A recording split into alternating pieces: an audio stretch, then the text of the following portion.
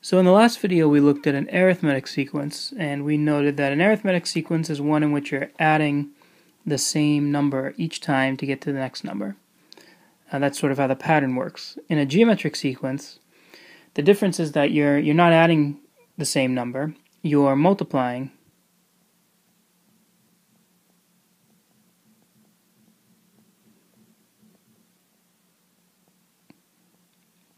by a common number to get the next one.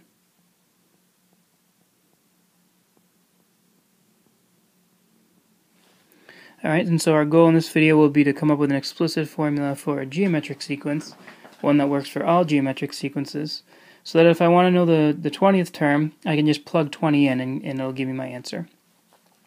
So all the other terms that I defined in the previous video apply. That's the first term, this is the second term, that's the third term, etc. And so if we're just clever about the way in which we describe how the terms are being generated, then we'll be able to get the formula pretty easily. One thing we should note is that to get from 3 to 6, we can see that we're multiplying times 2. And clearly that's also what we're doing to get from 6 to 12. And so on. And so the 2 is called our common ratio.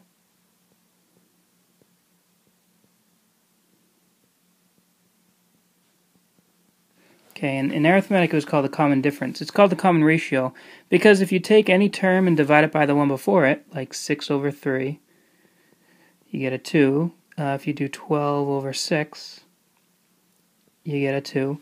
Right? You get the ratios are always the same if you take a term and divide it by the one before it. Alright, so let's do what we did before in the last video. Let's start with my first term here. My first term is a 3. And my second term is a 6, but it's actually more helpful to write it as 3, where I started, and then just timesing by a 2. My third term, I could call it a 12, but it's useful to think of it as 3 multiplied times 2 twice.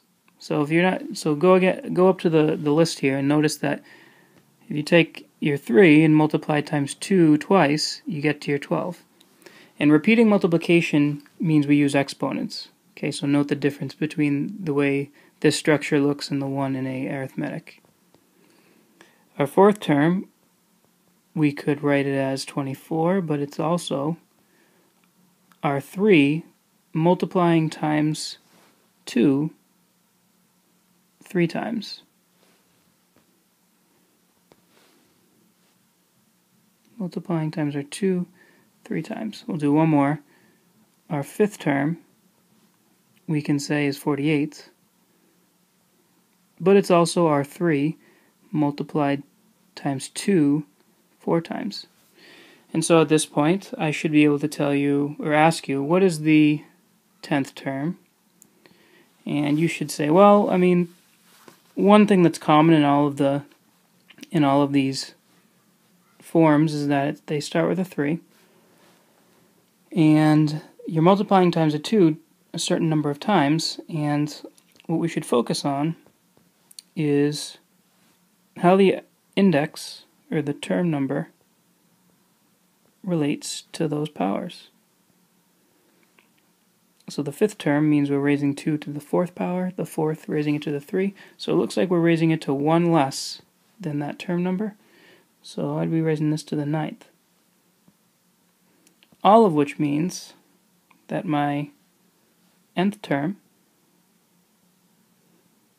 is going to be 3 times 2 raised to the n minus 1. Alright, and so let's write the general formula now for a geometric. So as soon as you get a sequence and you recognize it's geometric, then you can write down the formula because because in general,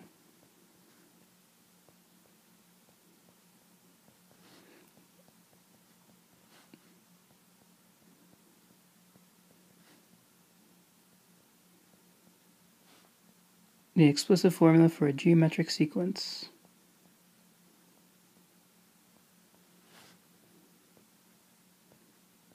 has this same format. Any term is the first term, right? Our 3 up there was our first term, times the common ratio raised to the n minus 1. So again, r is our common ratio.